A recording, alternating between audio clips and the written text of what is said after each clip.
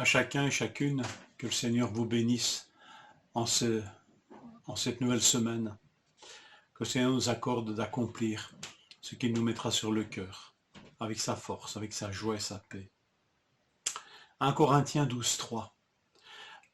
La deuxième partie de ce verset. Personne ne peut dire Jésus est le Seigneur si ce n'est par le Saint-Esprit.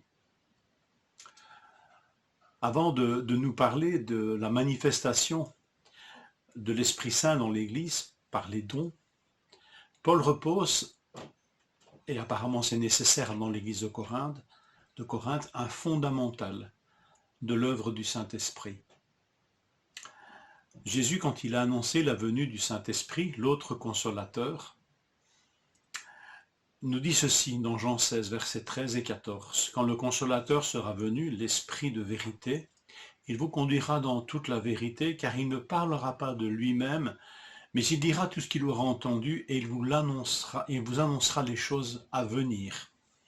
Il me glorifiera, donc Jésus parle, et il dit de l'Esprit qu'il me glorifiera, parce qu'il prendra de ce qui est à moi et vous l'annoncera. » Une manifestation de l'Esprit de Dieu, du Saint-Esprit, ne peut que glorifier Jésus.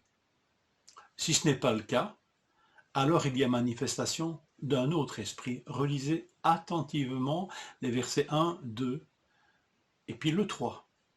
Et vous verrez que Paul fait clairement référence au passé très païen et très idolâtre des Corinthiens, dans lesquels il pouvait y avoir des manifestations de type spirituel, extase, et manifestations de tout ordre, où les personnes apparemment perdaient le contrôle. Et Paul dit que les manifestations du Saint-Esprit dans l'Église n'ont rien à voir avec ces choses, et il faut les discerner. Alors, c'est pourquoi il parle de cette étrange manifestation qui s'est passée à Corinthe, où quelqu'un a pu dire que Jésus était anathème, maudit. Il est clair que ce n'est pas le Saint-Esprit qui parlait au travers de cette personne. Paul repose ça. Le Saint-Esprit glorifie le Fils. Et Paul ici le résume par cette superbe déclaration. Personne ne peut dire que Jésus est Seigneur si ce n'est par le Saint-Esprit. Le Saint-Esprit donc glorifie le Fils dans ce ministère qui est le sien, avec cette proclamation courte, mais tellement profonde et basique, dans ce sens pas péjoratif, mais c'est la base, c'est un socle de notre foi. C'est d'ailleurs la confession de foi la plus ancienne de l'Église. Jésus est Seigneur. Seigneur, dans le sens peut-être le plus courant de l'époque, Seigneur c'est un maître, Seigneur et maître, c'est le maître de ma propre vie. Il a une autorité sans partage dans ma propre existence. Il est Seigneur, comme certains roitelets pouvaient s'appeler comme cela, mais le seul qui est digne d'être Seigneur de nos vies, c'est Jésus. Jésus est Seigneur.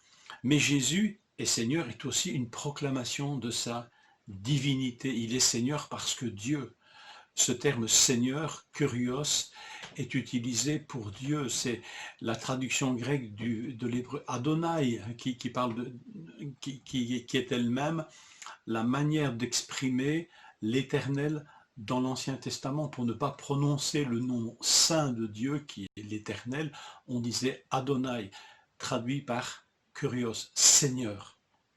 Donc quand je dis que Jésus est Seigneur, j'affirme sa divinité et ce faisant, je suis introduit dans cette révélation trinitaire de Dieu. Parce que si Jésus est Dieu, il ne l'est pas à l'exclusion du Père ni du Saint-Esprit, bien sûr, mais il nous introduit dans cette dimension extraordinaire de la nature profonde de notre Dieu, qui est Père, Fils et Saint-Esprit de toute éternité. Cette proclamation est à la gloire du Père. Philippiens, je rappelle cet épître, cet hymne que l'on trouve dans Philippiens 2, chapitre 2, verset 10, afin qu'au nom de Jésus, tout genou fléchisse dans les cieux, sur la terre, sous la terre, et que toute langue confesse que Jésus est Seigneur, à la gloire de Dieu le Père. Et c'est inspiré par l'Esprit Saint que nos lèvres peuvent prononcer une telle parole, une telle divine révélation.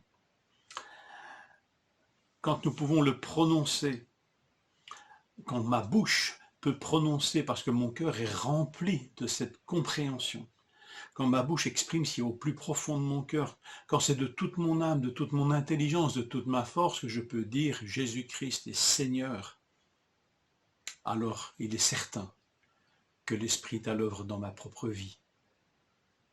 Et ça, c'est une bonne nouvelle. L'Esprit Saint est en moi. Il va manifester sûrement son œuvre dans ma propre vie par ses dons. Sur cette base saine, alors l'Esprit Saint peut déployer tout son ministère à notre égard. Il va déverser en moi l'amour du Père et cette glorieuse assurance que je suis son fils ou sa fille. Ma bouche, qui proclame que Jésus est Seigneur, dira aussi « Abba, Père », en s'adressant au Père de notre Seigneur Jésus-Christ.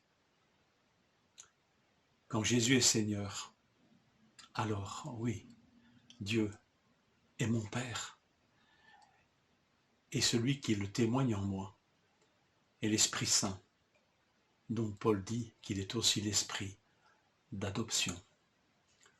Que le Seigneur nous bénisse dans cette divine compréhension de lui en toute cette semaine.